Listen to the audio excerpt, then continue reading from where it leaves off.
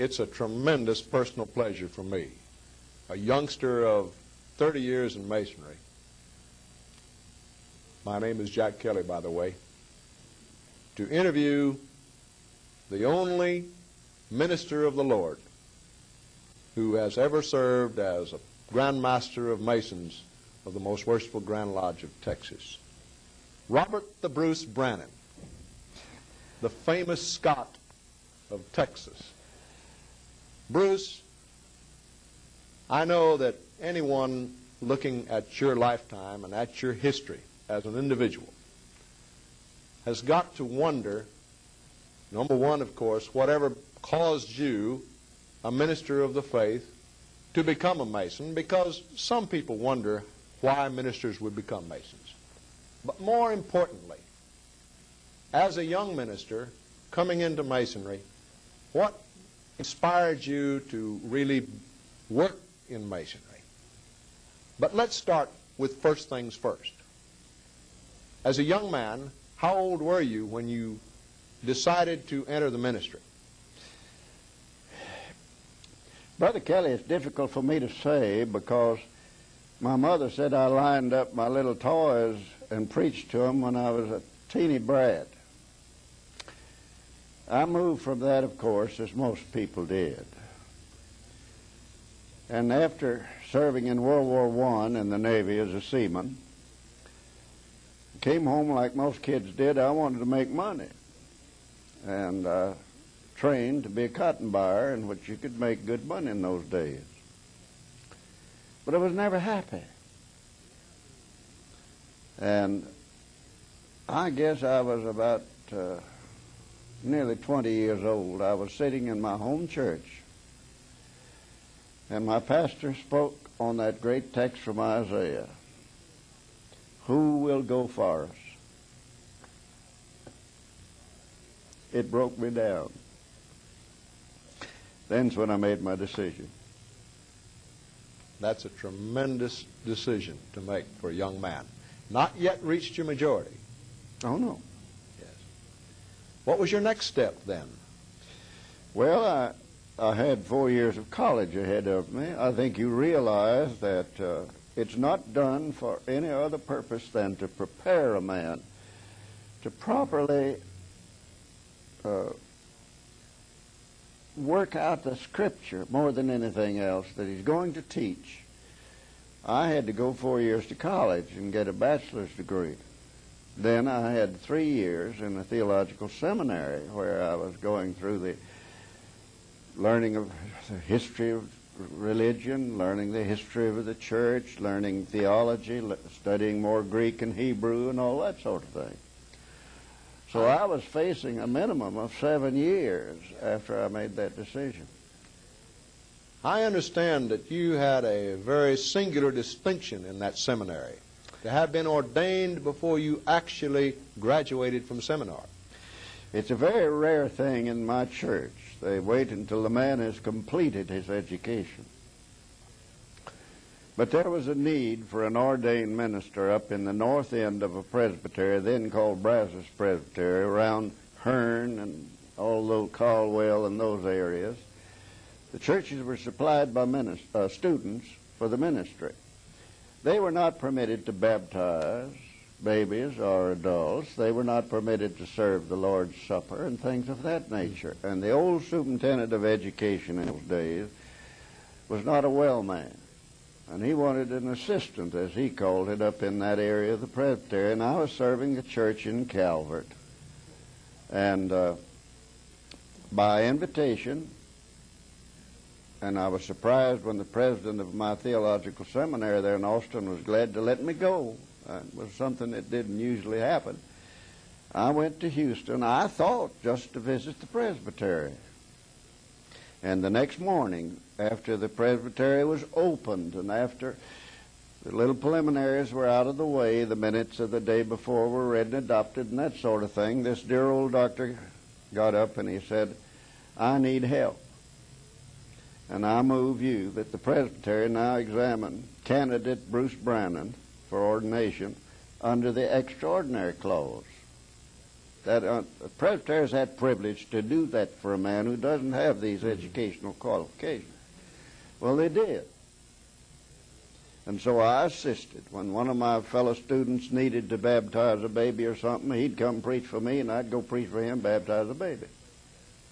If it was somebody who wanted to have the communion, I'd go hold the communion for him. He'd come preach for me. And that went on then for another year and a half. When I did graduate from the seminary, though, and went to my first church at Laredo, I insisted on being examined by all of the presbytery on all of the things that would normally be used. So it would be in the record that I had finished my work and had taken my examination to the satisfaction of my presbytery.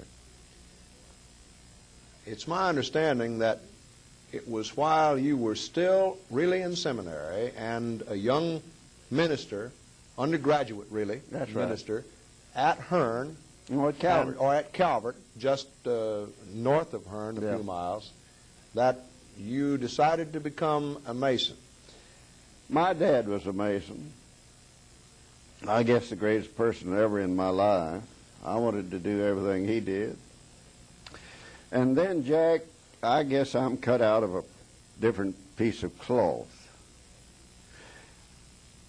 My main work in my pastorate was not sermons I preached, but it was being the pastor of the people of my congregation. And I didn't think that it ought to be exclusively Presbyterians. I wanted to be the pastor of anybody in the community that needed it. The one place where I could meet men of all those faiths was in the Masonic Lodge. And there I got those connections that permitted me to do that sort of thing. That's a marvelous way for a minister to serve both in his ministry and in the ministry of the Lord across all the spectrum of all religions. That's right. And then, as World War II approached, you went back in the service again. Yes, sir, as a Navy chaplain. And somewhere along this time, you had already served as master of your lodge. Now, where were you master of your lodge, an officer and master? I was master of my lodge at Laredo in 1935. Was that Laredo 547? That's right. That's right. And what year? 1935. 1935. Yes, sir. And then, were you also appointed district deputy grand master out of that same district down there? By Grandmaster Galloway Calhoun a year or so later. That particular time then, after you were district deputy grand master, and then you became a candidate for the Grand Lodge right as the war was really beginning to hum as far as the United States was concerned. Well, as far as that was concerned, I was in uniform when I was elected to the South. That was amazing. Now, you were here. The Grand Lodge was held here in Waco, of course, before this building was built. And you were in uniform at the time that you were elected Grand Junior Warden of the Most Worshipful Grand Lodge of Texas. And then you served as Grand Master in 1947. Yes, sir. Now, I did not get to serve, actually, the Grand Lodge while I was Grand Junior Warden or Grand Senior Warden. I see. I was in the service all that time. And I guess I'm the only Grand Master that was installed in one of the offices by another grand jurisdiction. Where was this? California. The Grand Lodge of California? Yes, sir. My ship was in the middle of the Pacific when Grand Lodge met in Waco.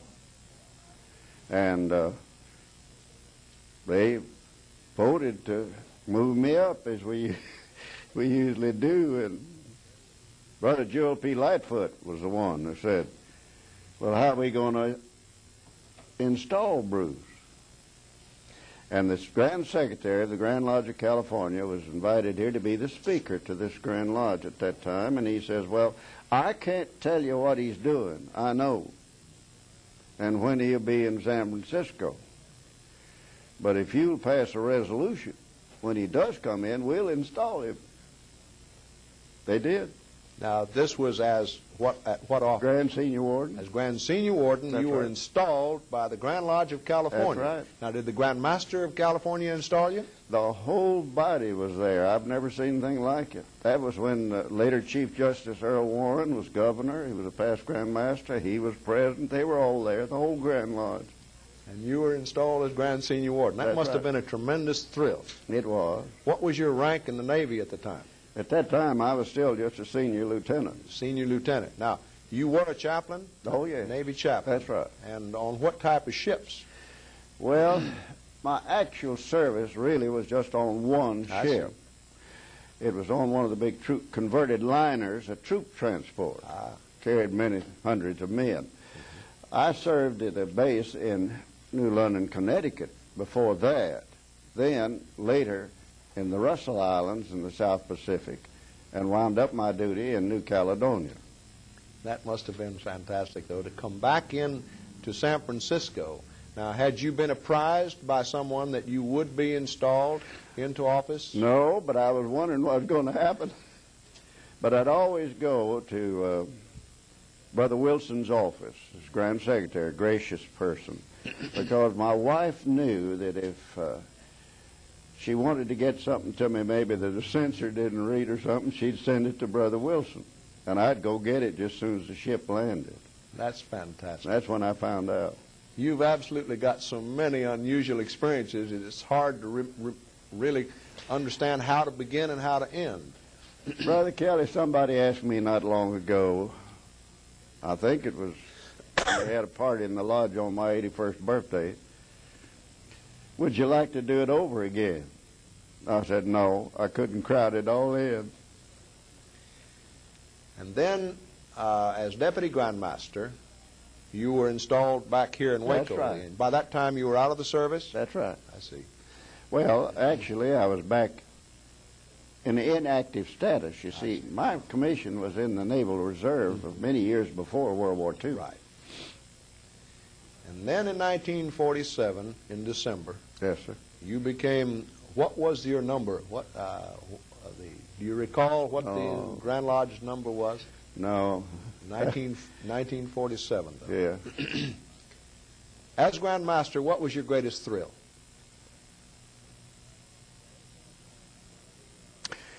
I guess the fact that we reported the greatest increase in membership in this Grand Lodge that it ever had and has ever had since. That's another record that you hold, That's right. isn't it? I attribute that, of course, to men coming home from the service who saw masonry in action in our many Masonic clubs and things, and they began to see that we had something. You were really, as Grand Master, you were really just coming into a period when gasoline and automobiles were once again available. That's right. Now, of course, your travels around Texas were not like our modern Grand Masters that fly across this great state, but you had to drive Yes, sir. everywhere you went. Yes, sir. How many miles did you drive that year? I drove 67,000 miles within the confines of Texas and 13,000 miles outside of the state of Texas. That's incredible when you think about those miles today. Of course, we probably travel as far, but we do it a lot easier than you did. Easier and faster. And let me tell you a cute one. I was invited to El Paso Lodge because of some big anniversary, and frankly, I just don't remember which one, Brother Kelly. And I had a day in between, and there was a little lodge called Fort San Saba. I know and where they it is. had built a new building. They wanted it dedicated. Usually I carried someone with me, but on this particular trip I was alone because of the 3-day thing. Well, when I hit El Paso, after 2 days getting out there, the first thing they did was put me in a car, and I had to see everything in El Paso and everything over in Juarez and all like that. And I was really tired when I got up at night to make a talk. I don't know whether you'd call it dishonest or not, but I just didn't say that I had a day off the next day, and I just thanked them, and they came down and had breakfast, and I hit the highway. I came to a little town out there in West Texas. We won't call the name because it could be embarrassing someday. And there was the first new tourist court I guess I'd ever seen. And I drove in, and a very dear little old lady was there, and I said, "Lady, do you have a room for today and tonight?" "Oh, yes." So I checked in, and I went down to my room, and there was a chance to lay out a lot of work, correspondence and stuff that I'd do, and I just having a big time, and I happened to reach over for the roster. And their lodge was meeting that night. And it said that they met at 8 o'clock. Well, I had my little supper. I found out where the lodge was, and I went up there. There was a dear old cowboy, Tyler. He had muddy boots. I knew he was a working cowboy, and he had his feet across in front of him in a chair. And here was the door. And I walked in, and I said, "My brother, is this the Masonic Lodge?" He said, "Yep." I said, "Are they meeting here tonight?" "Yep." I said, "Well, have they already opened?" "Yep." Well, I said, "The roster said 8 o'clock. That's summertime." That's all I'd gotten out of him up to that point. I said, "Will you please alarm the lodge and tell the deacon that the grandmaster wishes to enter." Now, did you have your regalia with you? I had my regalia in my hand. He didn't knock at the door or anything. He just threw that door open. He hadn't even moved his feet. And I'll tell you, this takes the wind out of your sails. If you're getting pretty high because you're the grandmaster, brother, it goes down, because he just yelled in there, "There's a bird out here says his grandmaster wants to come in." There's a bird out here. Yeah. That was my introduction to that lodge. Did they receive you with full private grand honors? Fortunately, the master was here at my installation. And when that boy yelled at and he looked out that door and saw me, he jumped that hijack off his chair. And he pulled that thing that we know is not ritual in Texas. He dropped his gavel, "The lodge will stand at ease." And he came tearing out there. Well, they pulled it out of me how to officially receive a grandmaster, because they'd never had a grandmaster. But I never will forget that. That was the best treatment I ever had for egotism. A drop-in visit by a grandmaster. That's right. I suspect there have been a few others that were almost as bad with other grandmasters, but oh, I'm sure that. I'm sure that. I doubt sincerely that any the of them boys' hearts were just as threw a big. door open and said, "There's a bird out here who claims he's the grandmaster." That's right. That's right. I imagine that year, though, driving all over right after World War II, with the influx of new members, there must have been a lot of tremendous experiences, though. There was. And Jack, if you turn to the proceedings of my year, you'll find that old Dr. Ross down south of Austin was chairman of the Grand Officers Committee. And he said two things I'll never forget. He said, with all of his educational qualifications and everything, he has the grandmaster of the little lodges.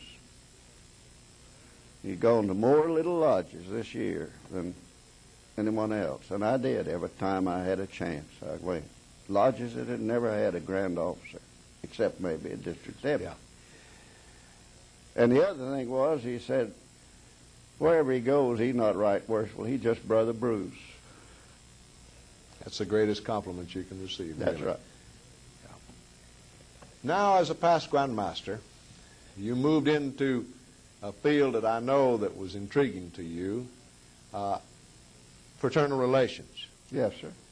Did you go into fraternal relations immediately after you became past grandmaster, or was that over a period of a number of years? I had a part of it before and then after. Mm-hmm. And I know you were associated in fraternal relations because I've read many, many of your fraternal relations reports, and I suspect that was an experience of great satisfaction to you. Satisfaction and great love, because it revealed masonry in operation around this wide world. And your signature is imprinted upon the transactions and the proceedings of many, many Grand Lodge meetings that we have had because of your experiences in fraternal relations. Yes, sir. And now I come to an area that I'm personally interested in, the your travels outside of this great state of Texas. We talked about your travels inside the state as grandmaster. I know, for example, that the Masons of Louisiana, the Masons of Mississippi consider you almost a native member of both of those Grand Lodges. And before we get to another great Grand Lodge and another great country outside of the United States, how about talking for a moment about Louisiana and Mississippi and your experiences over there? Louisiana is a great Grand Lodge. They have their own way. It's a great experience to go year after year after year.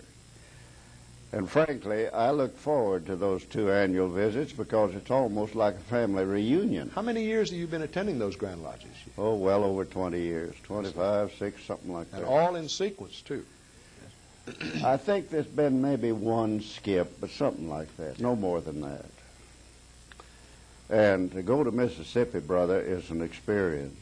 Now, you talk about Southern hospitality. My blessed wife's maternal family grew up in North Mississippi. Her ancestors are buried in old cemeteries up around Pontotoc and up in there. And one of the cutest things I guess ever happened was those dear old past grandmasters' wives, some of the first times over there, got to pumping her about who her people were and where they lived and the cemeteries where they're buried and everything. And finally one dear old lady, past grandmaster's wife, says, "Honey, if they were white, you were kin to everybody in North Mississippi." So we sort of have that relationship. Yeah. And then they totally surprised me several years ago. They don't elect a deputy grandmaster. The office is left open, and the grandmaster is permitted to appoint his dearest old buddy if he's a past master. And he becomes a deputy grandmaster.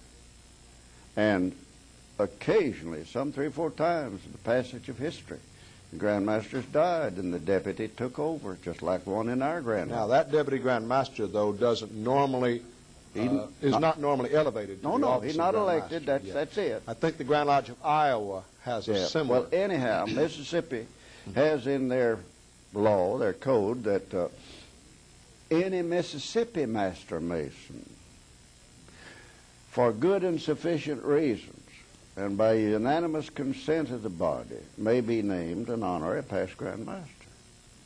So that excludes every Mason outside of Mississippi. 50 years ago, they wanted to do something for the birds from outside. Mm-hmm. So they amended the law by simply saying any Master Mason with sufficient qualifications for good and sufficient reasons, and by the unanimous consent of the body, may be named an honorary life member of the Grand Lodge. And in 50 years, they've done 10. Now, you are one of the 10? There are 3 living today. A dear old past Grand Master from Alabama, and one from Tennessee, and myself. The 3 of you. And they insist that we receive all the perquisites and everything of a past Grand Master. So you are, the 3 of you are able to attend each Grand Lodge session? That's right. We call it the smallest Masonic club in the world. The smallest Masonic club in the world. You mentioned your great wife, and I think it would be unfair to the Masons of Texas and to this interview if I didn't ask you to talk about that lovely lady for a little bit, where you met her, and I know you said her family comes from northern Mississippi, but she's been such a tremendous inspiration to you and so many of the rest of us that discuss her for a few moments. Yes, sir. The mother of our 5 children. She was content to be that. For some reason, it bore in on her soul that she was never a club woman. She devoted herself to these children. And you can't help but love a mother that'll do that. I met her, sir, when she was a college professor. She was a professor of Romance languages in the little Arkansas college in Batesville, Arkansas that I attended and received a Bachelor of Arts. She came along about the third year that I was there, and I told you a while ago I was a GI in World War I, so I was older than the average male student, and the co-eds were just little kids to me. But I saw this lovely professor, and she was kind enough to go places with me, and I still tease her, and I can get a little blush out of her right now, Jack, because I say we went to a picture show one night, and it was a scary sort of picture. And her hand was kind of on the arm, and I reached over and took her hand, and she didn't withdraw it, and that night I went home and proposed. That was all the encouragement I'd had. That you had held her hand. That's right. It's a considerable difference from the modern brother. Yes, sir. society. Yes, sir. How many years have you now been married to this lovely lady? We were married in 1926. 1976, the bicentennial year you observed your 50th wedding anniversary. That's right. Right. And so now we have 5 more years of That's 55 right. years. That's right. That's great. How many grandchildren do you have? I have 11. 11 grandchildren. 2 grandsons and 9 lovely granddaughters. That's tremendous. That's a tremendous family. 2 of my sons have followed me in the ministry. 2 of them are members of the fraternity. Where are your sons who are ministers? Where are they located? The older son, Bob, is at Farmington, Missouri. And the other son is now north of Bossier City, Louisiana, developing an entirely new work in an area called Benton. Now, did they both enter the Presbyterian ministry? Oh, yes. Yes. Jack, I think the Lord controls them. Every one of them married a Presbyterian girl. We haven't had any problems. Isn't that amazing? That's right. That's marvelous. And we have 2 lovely daughters, one in California and one down in Aransas Pass. That's marvelous. And we don't have any religious problems there, so we're very fortunate. I want to get back to the part of your Masonic life in particular in which you have traveled outside of this state and outside of these United States. As we call you our resident Scotsman, Robert Bruce Brannon, what was your first visit to Scotland? What year? 54 and 5, when I went to do a postgraduate study in New College, which is the College of Divinity of the Edinburgh University. You spent about a year there at that time? A little over a year. And I've heard a few of the stories that you've told of the tremendous hospitality, the tremendous rapport that you established with the Scots and the Masons of Scotland. Jack, the man with the most amazing mentality, remembrance, that recall, was the grandmaster ceremonies of the Grand Lodge of Scotland, a man named Charlie Burroughs. Same thing as a certified public accountant in the United States, and he had a large business. We sat, the first time I visited Grand Lodge there, at a quarterly session, like we're sitting here. In a few minutes, he had where I was born, my military service, all of my education with my various degrees and things, then my Masonic service and all that sort of thing. He did not write down one note. And when they carried me into that Grand Lodge and I stood before the altar as we receive our visiting brethren, Charlie Burroughs recounted everything he had pulled out of me, right down the line. Well, of course, he hammered that Robert Bruce pretty heavy. And the old Lord MacDonald, the great old Lord of the Isles, was Grand Master. And I was escorted on up then to his station, and he greeted me very cordially and then pointed down in the front row to a row of chairs. And there was an empty seat. He says, "We've reserved that seat for you. Will you please go occupy it?" There was a lovely little Scot sitting right by me. Not a very large man. I later found was the Earl of Elgin and Kincardine. He was a past Grand Master and Mr. Mason of Scotland. I don't know how long he was the head of the Knights Templar. He was the head of the Royal Order of Scotland, and you just name it. And when I sat down, he said to me, he said, Dr. Brannon, did your mother just like the name Robert Bruce, or does it have a family connection? Oh, I said, I've got a grandmother named Bruce. What? Yes, sir. Yes, sir. And her mother was named Bruce. Huh? He said, do you know where they were from? I said, my mother's youngest brother kind of ran it down, and a little old place called Arrogey up near Loch Ness, where Nessie lives. He said, do you have any names and things? I said, not with me, but I do have at the flat where I'm staying. He said, would you let me see them? I said, give me your address and I'll mail them to you tomorrow. It was just a sheet of paper or two with a few names. Next time I saw Lord Elgin, he says, we're kinfolks. He was the head of the Clan Bruce. And he didn't tell you this when he was in that first conversation? Oh, no. He wanted to see this information. And from then on, I guess it was impossible for them to show me any more honors than they did.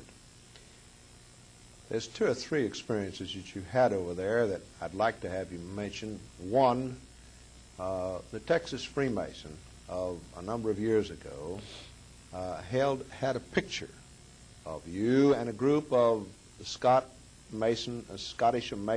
Masonic officials observing. I think perhaps you should describe your experience over there in locating and placing a marker or a stone with commemorating our great Grand Secretary of Grand Lodge of Texas who died over there. And past grandmaster. Would you like to talk about that for a moment? Yes, sir. I guess one of the most beloved grandmasters and past grandmasters we ever had was our dear old judge in Austin that lived to be nearly 100 years old. Brother McClendon had under his mind to see that every Mason who had served as grandmaster had a marker. And those that already had markers would permit, the family would permit us to engrave on it Grandmaster of Masons in Texas and the year.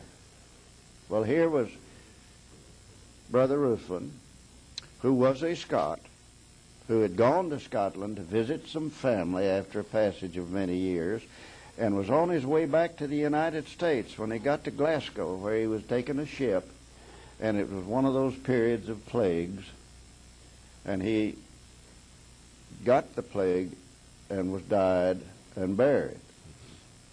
And when Brother McClendon found out that I was going to Scotland, he put upon me to try to find where he was buried and to place a suitable marker. And I wrote to the great Grand Secretary, whom I dearly loved. This was after I'd been to school over there. I see. And I asked Dr. Buchan to see if they could find where he was buried. And there was a section of this Glasgow cemetery there by the side of the great old cathedral for sojourners, people passing through. They knew that he was buried there. At one time it belonged to the church. Then the church couldn't keep it up, and they formed a society, and that society went out. In other words, it had passed through a number of hands, and it finally reached the point, and they said it must have been about there, because we knew the year he died. Must about there. And they had a provincial grand secretary that didn't give up. And he kept pushing. And even after that marker was engraved and set, he found the old records that showed exactly where it was. I said a while ago how the good Lord has his hand in things. Half of that marker was on his grave. Well, you know, I had the privilege of seeing that marker in 1979. I went over, had a great deal of difficulty in that little hill behind the cathedral there. Finally located it, and it's a part of this slide presentation that I showed the Masons of Texas last year. That, to me, was a tremendous experience. Ruthven was grandmaster in the 1840s. Yeah. I can't recall specifically Yeah. the year. And, of course, I think most Masons who are acquainted with the proceedings of the Grand Lodge of Texas are acquainted with the fact that Ruthven's reprints That's right. are really the only record That's right. that we have of the Grand Early Grand Masons. Lodge That's right. during the period of the 1850s That's and the early 1860s during That's the right. Civil War. That's right. There's Jack, another talking about travel, let me get Yes. one thing in here before we go any further. When I went to Laredo in 1928 for my first pastorate, and they finally broke a little trail through to Monterey, I went to Monterey with some of my friends. We wore out a set of tires. That's how rough and everything. And we got to the old Ancira Hotel, and there was still in the main dining room and things the signs where the horseshoes of old Pancho Villa's horses that were stabled in the dining room had cracked the floors. And the brother Masons would slip up to you and give you the little signs. You couldn't hold communication. And I don't know, that sort of touched my heart. I had read and had been taught that Masonry was a universal brotherhood, and there were brothers that I couldn't communicate with.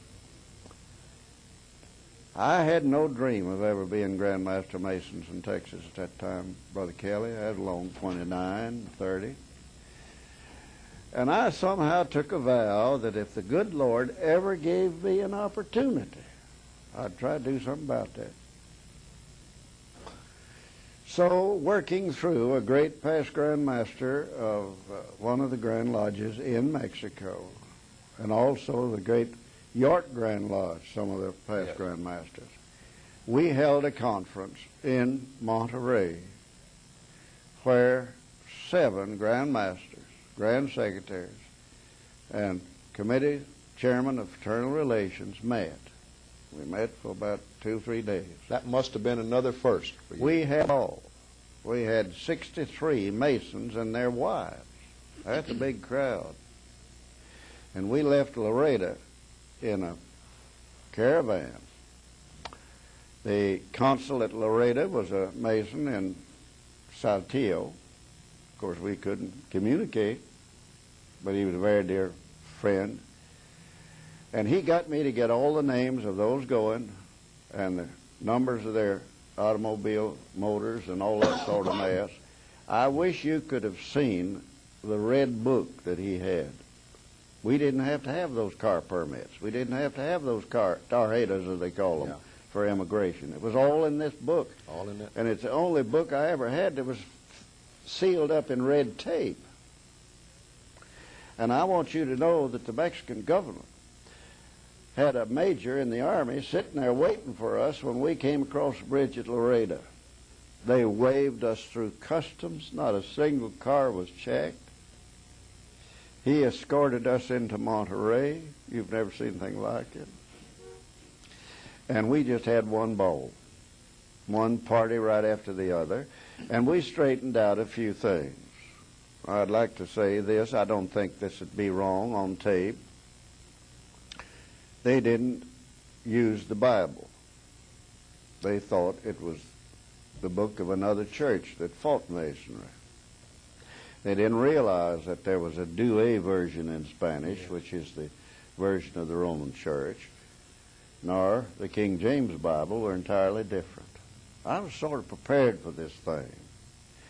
The Douay version, when Peter preached on the day of Pentecost and the crowd said, "What must we do to be saved?" Peter said, "Do penance and be baptized." The King James says, "Repent and be Repent baptized." and be baptized, right. And it was my privilege to show those Grandmasters this King James version is just as precious to us and should be to you as this one is to them. And I just cleared that thing up without the trouble. No use going into a lot of other things. They had to remove the charters from some lodges in Texas. But when we met here in the old temple in December, Judge Marcus Weathered, who was chairman of Fraternal Relations. I remember Marcus You Weathered remember, well. brother. The old Hamburg hat. Just as soon as we had the resolution for the seating of Brother Master Masons, I called on Brother Weathered for a partial report of the Committee on Fraternal Relations. And he went through all those whereases. And delegations from 7 Grand Lodges in Mexico came into our temple. That was one of the greatest days of my life. That hand across the border has been extended down through the years a lot more effectively because of that beginning. Well, again and again and again, we've had other conferences. I've been down a number of times, bless their hearts. And just today, the Grandmaster and Deputy Grandmaster of the Grand Lodge of Tamaulipas demanding that I be down there in March this year. They had voted me an honorary membership, and they say they have a jewel prepared, but I've never been able to go get it after all these years. That's marvelous. But they insist they want to do it. Now you go on with what you're talking about. There's another area that I want to get back to, because as a member of the Royal Order of Scotland, I'm extremely interested in your experiences with the Royal Order of Scotland. I happen to know that you are the only American to be a full-fledged member of the Grand Lodge of the Royal Order of Scotland. How did that all come about, and your association with the Royal Order? Well, Jack, you almost have to be nobility to be Grand Master over there. And the mere fact that I'd served this Grand Lodge, they just kind of picked me up, put me up on that high shelf at where I didn't belong. But it did introduce me to these lovely people. And I mentioned the Earl of Elgin a while ago, and he was also the head of the Royal Order. I had been elected to receive it, but I had a bunch of children in college, and it was costly, you know. And many of my children have advanced degrees and things. I just didn't have the money to fly to Washington and pay and I never done it, but I'd been elected. So somebody got the idea of writing to the Grand Lodge and informing them that I'd been elected in the Provincial Grand Lodge of the United States, and would they please confer it by courtesy, which they had never done. I reached there in August, and they talked to me about it. This lovely Dr. Bachin that I just mentioned, that was the Grand Secretary of the Grand Lodge, was also the Grand Secretary of the Grand Lodge of the Royal Order. We talked about it again and again, what it meant. On February the 22nd, I'd been there from August to February. They decided they could do it. And after I had received it that night, and Lord, all that nobility conferring it, and it was. In every chair, some man had a title. Oh, it was a wonderful night. They called the other 2 candidates up before the altar with me and presented them their patents. And Lord Elgin says, Dr. Brannon, yours will have to be sent to the United States because you're a member of the Provincial Grand Lodge, and it'll have to be signed by Brother Fowler and so forth. Thank you, sir. In fact, sat down. They completed their business and about ready to close, and he turned to the marshal and asked him to present me at the altar. Up to that time, Brother Jack, I guess anywhere and on the average of 2 or 3 times each week, I was visiting some Masonic body. Yeah. As you know, I'm eligible, and then they ever write and everything. We haven't even tried to explore that. And if we had a good Scotsman to come over here and could tell a few cute stories and things like that, we'd work him to death. And they were doing that to me. And when I stood there in front of that altar, old Lord Elgin says, Dr. Brannon, you've been so generous with yourself. And we feel like you've become one of us. The Grand Lodge has voted you membership in the Grand Lodge if you will accept it. That's incredible. It is incredible. I knelt at the altar and took a little obligation, and it's the only real sheepskin parchment that I ever received. member of the Grand Lodge of the Royal Order of Scotland. And I'm the only American to have ever had it. Yes. And the time before conferring that on me was on King Edward, Victoria's son, when he was the Prince of Wales. They don't throw it around. That is truly incredible. Yes, sir. Now, was it in that connection or as a result of your visits to the Grand Lodge of Scotland that you actually have become a permanent contributor to the museum of the Grand Lodge of Scotland? I walked into that museum in 1979, and I asked the Grand Secretary, I said, I'm sure you're acquainted with our past Grand Master, Reverend Dr. Bruce Brannon. Oh, they went into ecstasy about you and your visit over there. And then he said, would you like to see our museum and his contributions to it? And I went and I found out that we have a living past Grand Master whose personal belongings are in that museum. Tell me about that. Brother Kelly, our Grand Masters put out a metallic token every year. I always ask for two, and I send one to the Grand Lodge of Scotland. And a number of years ago, a friend of mine had quite a large box of badges and things that had been at various grand encampments and something like that. And he didn't know what to do with it, and they didn't want it here at the Grand Lodge. He tried to give it to the museum. They didn't want it. So he said, could you do something with it? Well, that was one of the times that I was going to Scotland. I said, give it to me. I'll take care of it. And, boy, they were glad to have it. Yes, they were very proud. And every time I can get a little something, if I visit another Grand Lodge and they give me something, I ask. I'm mean enough to ask for another one to send to Scotland. And they have an apron, past Grand Master's apron that I wore before it got so bad, and they've got a bunch of other things. Yes. Now there's one other little area of your association with Scotland I want to discuss, and that's this last visit you made. The Grand Master of Scotland last year was a lovely person. And I, writing him, and had received a letter from him in which he said, I doubtless suppose you have heard from the young Earl of Elgin in Kincardine, a lovely young man who bore the title of Lord Bruce as long as the dear old Earl I knew. And eventually he says, quit calling me Lord Bruce. My name's Andrew. Lovely young man, about the same age as my oldest son. And the Grand Master said, he's been appointed the Lord High Commissioner to the General Assembly of the Church of Scotland, which is the Presbyterian Church of Scotland. You apologize if you're not a Presbyterian in Scotland. Well, almost in the same mail, it wasn't but a day or two later, here came a letter from Andrew saying that he had the appointment and that he would take up residence in the Queen's Palace, Holyrood House Palace in Edinburgh. I'm acquainted with it. For a period of at least a fortnight, maybe more. And how delighted he'd be if Margaret and I could come and be entertained.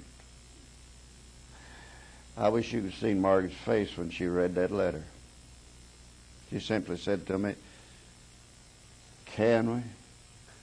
I said, honey, I've already called the travel agent. I know how much it'll cost to get us over there and back, and I'm going to dress right quick and go see my banker, who is a dear, dear friend, a very active Mason, all rights and all the honors.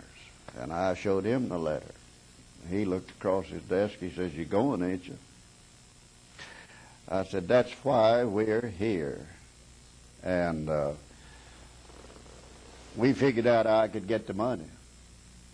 And then I had to buy it by a certain date to get this cheap fare. Mm-hmm. And When I went back on that date, I had that paper that he'd given me with everything on it. And I said, here's the paper. I got to buy the ticket today. And you know, he tore that paper up. And I said, wait a minute. You mean I can't go? And he opened that drawer over his knees and threw a brown envelope, and in currency was a fare. And I said, wait a minute. He said, you don't know how many friends you have in this Dallas area.